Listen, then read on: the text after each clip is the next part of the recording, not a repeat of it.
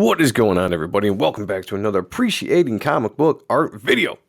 Yes, I said it all weird like that. I don't know why I did it. This felt good. First off, I would like to say thank you to everybody out there that has subbed to this channel over this past year. And thank you to everybody that subbed today to help me push over 900 subscribers. You guys are awesome. You mean the world to me, and I wouldn't be here without you guys.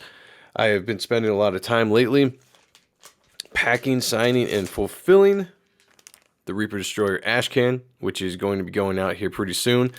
Got a bunch of packages all ready to go. I just got to get to the post office at some point and start sending them out.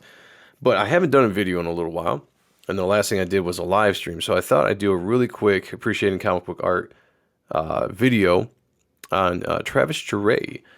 So a lot of people probably look at Travis's later work, and he's held in high regard. And he's a fantastic artist.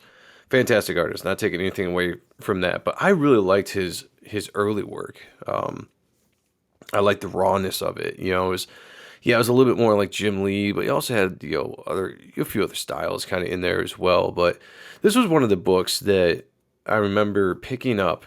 And granted, when I was a little kid, it took me a while to distinguish artists from each other. So like if an artist looked kind of like another artist, I would just assume it was the same artist. This is before I was actually kind of like really reading who the artists' names were. So I remember when I first picked this up, I thought it was Jim Lee. I just picked it up on a whim, and I started flipping through it. It was like, it looked like Jim Lee, but it didn't look like Jim Lee. But it had just this really kind of smooth, detailed style. It was pretty awesome. And it was WildCats Covert Action Team Special #1. And this was a book that stuck with me for a while, and I've had it in my collection. I pick this up anytime I see it in a dollar bin or 50-cent bin. It's just one of those nostalgic books. It sticks with me. But again, for the second wave of artists coming into Image, the Brett Booths, the J. Scott Campbells, especially when you're talking about Wildstorm, Travis Charest was like, man. I mean, he was just something else when he hit the scene. And he had a great team they worked with. You see on inks, you got Scott Williams doing the majority of the inks. You also have Alex Garner in here, Trevor Scott, Joe Chiodo, the man on colors. I mean, this dude's colors in the 90s were still some of my favorite. Look at this palette. Look at this. It is just, even today, this is 1993, so even here in 2021, about to be 2022, this book still looks legit and awesome. Great faces, and granted, you got a master like Scott Williams inking over you, so that's going to help a little bit for a young artist, but still, you got to be able to have the form there. It can't just be all on the inker. Storytelling is great. I'm sure you probably got a lot of help from Jim, layouts, maybe some of the artists there. And there's nothing wrong with that. When you're working in the studio back in the day, that's what helped you grow. That's what made you, learn the craft. You having people possibly doing layouts for you, even if they weren't credited. So I don't know. He might have done these layouts himself. I'm just speculating here. I don't know. It doesn't say anything in here particularly that I can see.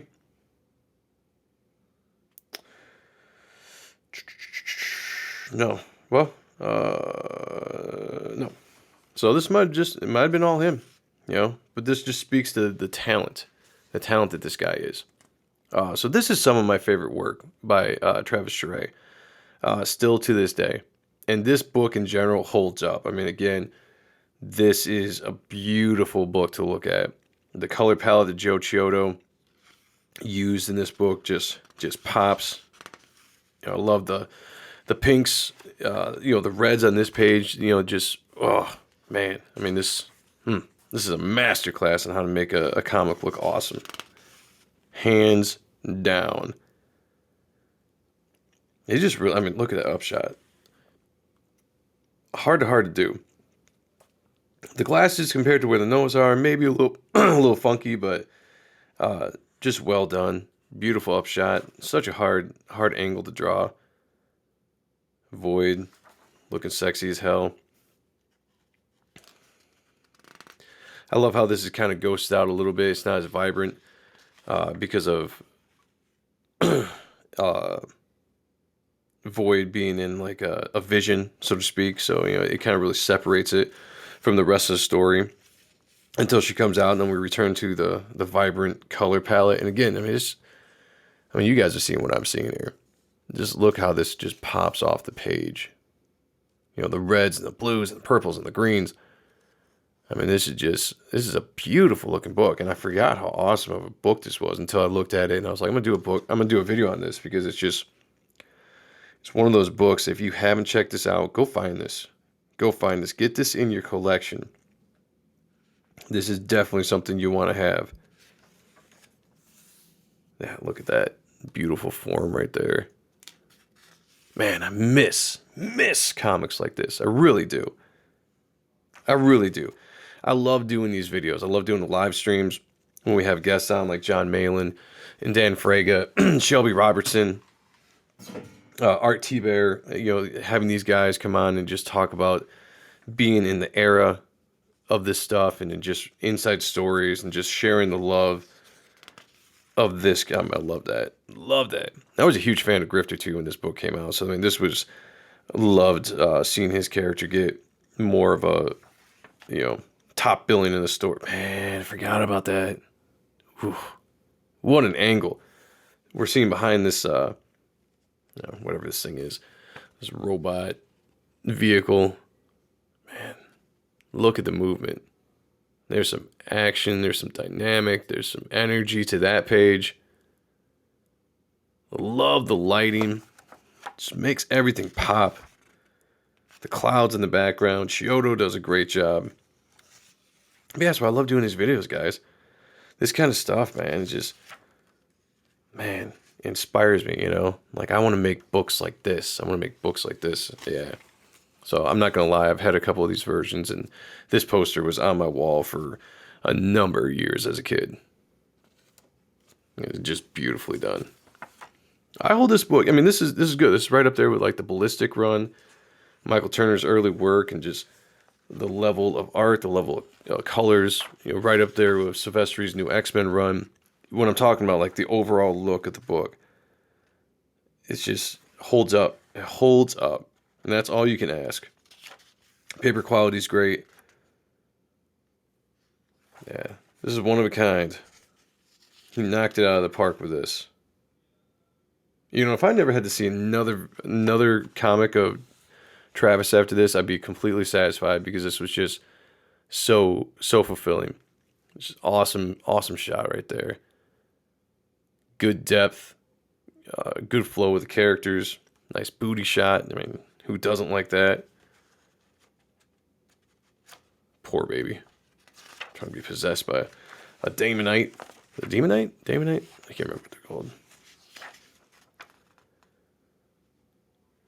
Yeah, but I remember seeing this, and I was like, when I realized it wasn't Jim, that was when I really first started to recognize who Travis was.